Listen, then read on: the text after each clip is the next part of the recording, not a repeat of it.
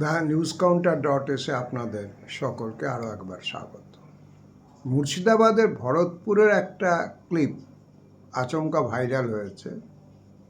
ক্লিপটি আর কিছুই নয়, একজন গৃহবধূর পরকীয়া প্রেম সংক্রান্ত ক্লিপ।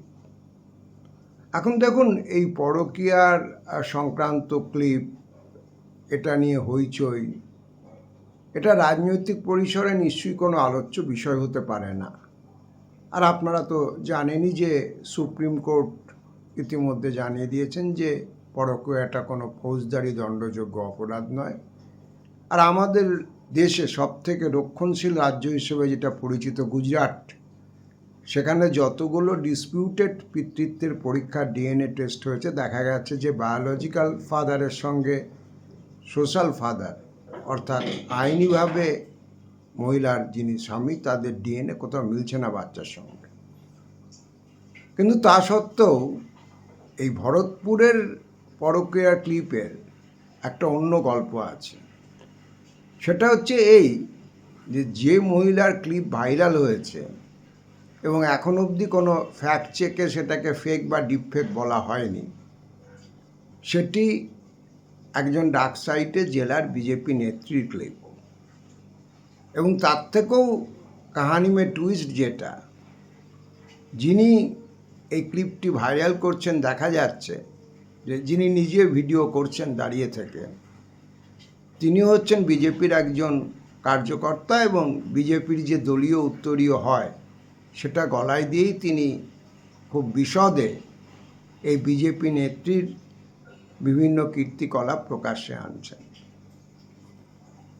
এখন আপনারা সহজেই বুঝতে পারছেন যে এই মহিলার ক্লিপ যে ভাইরাল হয়ে গেল, তার পিছনে সমাজের নৈতিক অনুশাসনকে রক্ষা করার তাগিদ যতটা, তার থেকে অনেক বেশি তাগিদ হচ্ছে রাজনৈতিকভাবে বিরুদ্ধ গোষ্ঠীর নেত্রীকে বেকায়দায় ফেলা। এবং বাকি যেটা বলবার, যে বিজেপির পরিচিতি ছিল পার্টি উইথ এ ডিফারেন্স, যে বিজেপিকে বলা হতো ক্যাডার ভিত্তিক অনুশাসন ভিত্তিক দল, অনেকটা বামপন্থীদের ধাঁচে, তারা আমাদের রাজ্যে ক্ষমতায় আসবার 100 দিন পেরোতে না পেরোতেই অন্তত 100 রকমের কীর্তিকলাপ সামনে আসতে চলেছে। আর তার মধ্যে শতকরা 90% হচ্ছে ফ্র্যাকশনাল ফিউড, খবরের কাগজের ভাষায় যেটা গোষ্ঠীদ্বন্দ্ব। আজকে আমি একটু আগে সামাজিক মাধ্যমে সন্ময় ব্যানার্জির পোস্ট দেখছিলাম। সন্ময় ব্যানার্জিকে আপনারা চেনেন, খুব পরিচিত ইউটিউবার, একটা সময় আনন্দবাজারের বিজ্ঞাপন বিভাগে কাজ করতেন, তারপরে কংগ্রেসের মুখপত্রের দায়িত্ব নিয়েছিলেন, তারপরে তিনি তৃণমূলের জমানায় নিগৃহীত হন এবং বিজেপিতে চলে যান। বিজেপির টিকিটে পানিহাটি কেন্দ্রে গতবার দাঁড়িয়েও ছিলেন, জিততে পারেননি যদিও। আমি এই এত ব্যাকগ্রাউন্ড এই কারণে বললাম যে যাতে সন্ময় ব্যানার্জিকে অন্তত কেউ বিজেপি বিরোধী বা চটি চাটা ইত্যাদি বলতে না পারেন বা সেকুমাকু বলতে না পারেন। সন্ময় ব্যানার্জি তার পোস্টে খুব লম্বা একটা দীর্ঘশ্বাস ফেলে বলেছেন, পানিহাটির একটি বাজার দখলকে কেন্দ্র করে বিজেপির দুটি গোষ্ঠীর মধ্যে দফায় দফায় তুমুল সংঘর্ষ চলছে। ওখানকার স্থানীয় লোকেরা আমাকে বলল, আমি যদিও এটা বড় কোনো সংবাদ মাধ্যমে খবর দেখিনি, এর মধ্যে একদিন নাকি সারা রাত ধরে বিজেপি দুটো গোষ্ঠীর মধ্যে সংঘর্ষ হয়েছে পানিহাটির যে বাজার সেটিকে দখলকে কেন্দ্র করে। এটা বিজেপিরই একজন সাংবাদিক এবং প্রাক্তন প্রার্থীর বক্তব্য। বিজেপি আর একজন প্রার্থী যিনি জিতেছেন এবার মেমারি কেন্দ্র থেকে, তিনিও সাংবাদিক প্রার্থী, মানব গুহ, কিছুদিন আগে গোষ্ঠীদ্বন্দ্বের পরিণতিতে মানবের দলীয় বিধায়কের যে অফিস দপ্তর মেমারিতে, সেটাকে বিরুদ্ধ গোষ্ঠীর লোকজন ভেঙে চুরমার করে দিয়েছে। সম্প্রতি দক্ষিণ দিনাজপুরের গঙ্গারামপুরের এক বিধায়ককে বিজেপিকে শোকজ করতে হয়েছে, কারণ তিনি প্রকাশ্যে দলের প্রাক্তন রাজ্য সভাপতি সুকান্ত মজুমদারের বিরুদ্ধে চমৎকার বিশেষণ ব্যবহার করেছেন। এবং সেই বিক্ষুব্ধ বিধায়কের আরও অভিযোগ, সুকান্তবাবু তৃণমূল কংগ্রেসের প্রাক্তন, এখন বোধহয় ভালো তৃণমূল কংগ্রেসে চলে গেছেন, বিপ্লব মিত্রের সঙ্গে রীতিমতো ঢলাঢলি করে চলেছেন। এখন এর থেকেও মর্মান্তিক ঘটনা ঘটেছে বারুইপুরে। বাপি প্রামাণিক বিজেপির খুব প্রমিনেন্ট কর্মী ছিলেন ওই অঞ্চলে। তৃণমূল কংগ্রেসের আমলে তিনি ঘরছাড়া ছিলেন, এলাকা ছাড়া ছিলেন, বলা বাহুল্য অত্যাচারের কারণে।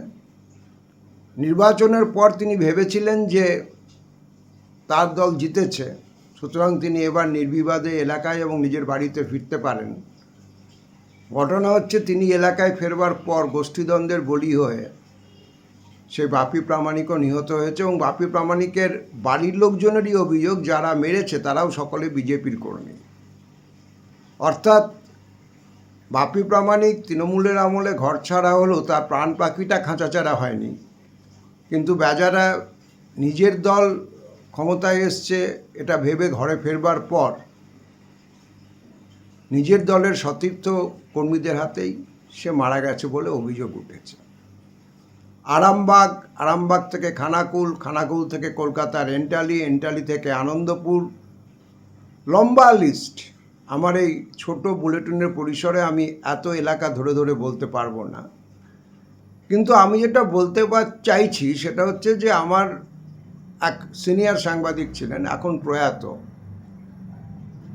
তাকে আমি বলেছিলাম যে আচ্ছা, BJP party with a difference এটা বলা হয়, এই ব্যাপারটা কি? আমি তো চোখের সামনে কিছু দেখছি না। কারণ আমি তখনই টের পেয়েছিলাম যে পার্টি উইথ এ ডিফারেন্স বললেও কার্যত এই দলটিও নিজেদের স্বার্থ সিদ্ধ করতে উৎসাহী একদল লোকের আখড়ায় পরিণত হয়েছে, তার বাইরে কিছু নেই।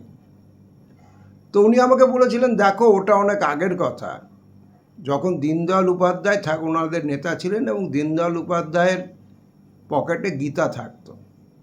আপনারা জানেন দীনদয়াল উপাধ্যায় খুব রহস্যজনকভাবে মোগলসরাইতে খুন হয়ে গেছিলেন। আর তিনি বলেছিলেন যে দেখো, আর এখনকার বিজেপি নেতাদের পকেটে গীতা থাকে না, দামি আইফোন থাকে। সুতরাং একটা প্যারাডাইম শিফট সেটা হয়ে গিয়েছে। আর এই যে আমি গোষ্ঠীদ্বন্দ্বটা বললাম, আপনাদের শুনলে মনে হতে পারে যে এটা বোধহয় একমাত্র নিচু তলার ব্যাপার। না, ঘটনাটা তা না। এই লড়াইটা উপর তলা থেকে নিচু তলায় নেমেছে। বিভিন্ন গোষ্ঠীর একাধিক অনুগামীরা এলাকায় দখল নেওয়ার চেষ্টা করছে। যাদের মাতব্বররা তাদের মাথার উপরে আছেন, তাদের মাথায় মাতব্বরদের হাত আছে। উপরের স্তরে যেটা আছে সেটা তো আপনারা জানেন, Suvendu Adhikari versus Dilip Ghosh versus Suvendu Adhikari versus শ্রমিক ভট্টাচার্য। কিছুদিন আগে একটা উদ্যোগ নেওয়া হচ্ছিল, শুনছিলাম যে শ্রমিক ভট্টাচার্যকে কেন্দ্রে মন্ত্রী করে পাঠিয়ে দেওয়া হবে, এবং শ্রমিক ভট্টাচার্যরা স্বাভাবিকভাবে এই কেন্দ্রীয় মন্ত্রিত্বে একদম লালায়িত ছিলেন না। তিনি দলের রাজ্য সভাপতির পদে থেকে যেতে খুব দৃঢ়ভাবে ইচ্ছে প্রকাশ করেন বলে আমার কাছে খবর।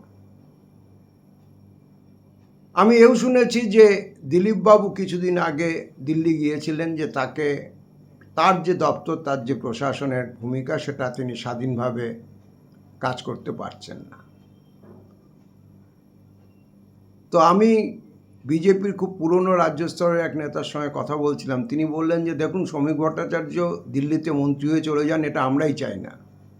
আমরা মানে যারা আরএসএসের পুরনো লোক, বিজেপির পুরনো লোক। কারণ এখন বিজেপি যাদের প্রথম সারিতে দেখছেন, তার মধ্যে প্রথম সারির উল্লেখযোগ্য মুখ বলতে একমাত্র শ্রমিক ভট্টাচার্য আছে, আর দেবজিৎ আছেন, যিনি কর্নার ছিলেন, সবে একটু একটু করে প্রাদপ্রতিবের সামনে উঠে আসার চেষ্টা করছেন। দেবজিৎও ওদের অনেক পুরনো নেতা। বলল বাকি আপনি দল দেখুন বা মন্ত্রিসভা দেখুন, সবই হচ্ছে প্রাক্তন তৃণমূল, তা দিয়ে বোঝাই করা আছে।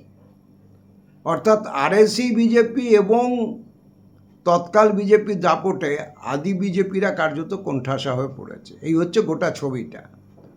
আর নিচের দিকে যে সংঘর্ষ শুরু হয়েছে, এটা হচ্ছে এলাকার কারা দখল নেবে সেটা নিয়ে বিজেপির নিজস্ব শিবিরের মধ্যে গোষ্ঠীদ্বন্দ্ব। আপনাকে আমি যে ঘটনাগুলো বললাম মূলত দক্ষিণবঙ্গ জুড়ে ঘটনা। উত্তরবঙ্গও একই রকম ছবি উঠে আসতে ক্রমশ শুরু করেছে, যার একটা নমুনা আপনাদের আমি দিয়েছি দক্ষিণ দিনাজপুরের ঘটনাকে কেন্দ্র করে। সুতরাং এই হচ্ছে সামগ্রিক অবস্থা 100 দিনের মাথায়।